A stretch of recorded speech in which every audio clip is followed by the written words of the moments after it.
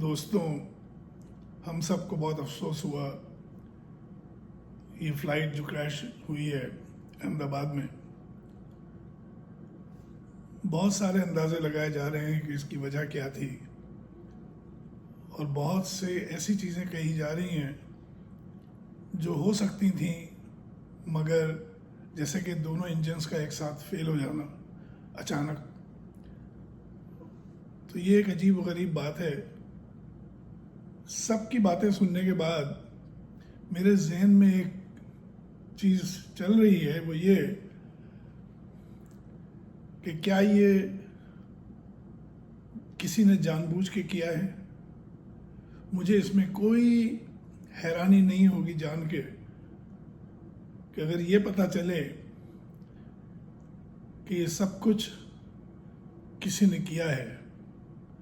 Fuel को contamination की बात चल रही है, और मुझे कोई हैरानी नहीं होगी जान के कि फ्यूल की चोरी की गई और उसको सब्स्टिट्यूट किया गया पानी से या किसी और चीज़ से, उसका वज़न बराबर रखने के लिए। आई होप टू गॉड कि मेरी जो थॉट्स हैं वो सही ना हो, और ये कोई मैकेनिकल फेलियर है जो कि आइंदा के लिए फिक्स किया जा सके। लेकिन क्योंकि वो ऐसी जगह हुआ है गुजरात में,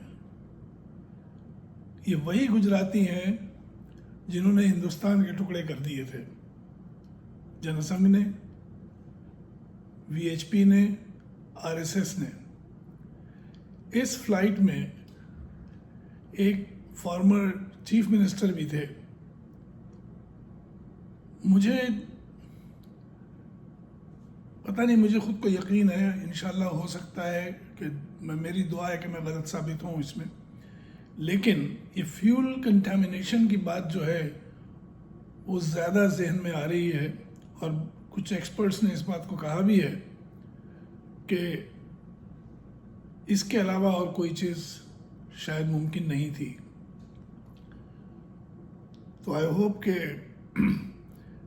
इसकी तह तक पहुंचा जा सकेगा, और अगर ये मैन मेड डिज़ास्टर था, अगर ये किसी ने साजिश की है, या कुछ लोगों ने या किसी ग्रुप ने या किसी इंडिविजुअल ने, तो उनको उसकी सज़ा मिलेगी।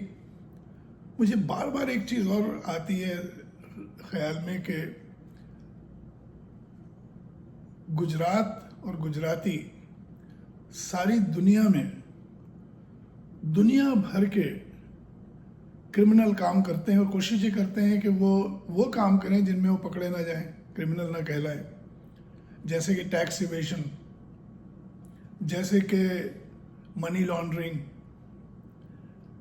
बाकायदा ऑर्गेनाइजेशंस बनी हुई हैं, रिलीजियस सेंटर्स बने हुए हैं, जहां ये अपनी बड़ी बड़ी कमाई को डोनेशन की तरह दे देते हैं, क्योंकि अमेरिका में आपने अगर डोनेशन दे दिया है तो वो टैक्सेबल नहीं होता है,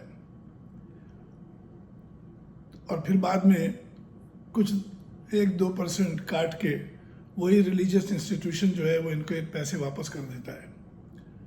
मैं इन लोगों से डील करता आया हूँ, मुझे मालूम है, मैंने देखा है।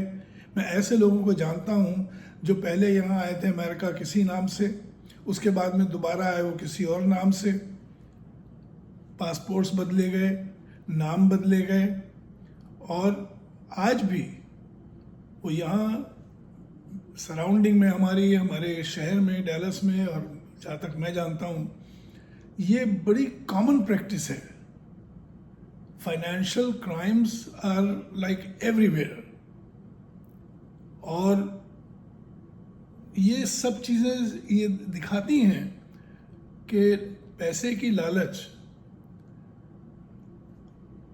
कुछ लोगों को कहाँ तक ले जाती है, उनकी कोई लिमिट्स नहीं होती हैं। ये जो फ्यूल उसमें पड़ता है प्लेन में, वो बहुत महंगा होता है। अब उसमें अगर लाखों लीटर या हज़ारों लीटर उसमें पड़ रहा है पेट्रोल, तो उसमें से अगर किसी ने 100 लीटर चुरा लिया, और उसकी जगह, क्योंकि सिस्टम दिखा देगा वज़न के हिसाब से कि इतना नहीं है, उसकी जगह कुछ और सब्स्टिट्यूट कर दिया, पानी कर दिया, कोई और चीज़ कर दी, मेरा शक इस क्रैश में इसी चीज़ पर जा रहा है, and I hope will get into the bottom of it. Thank you. Bye bye.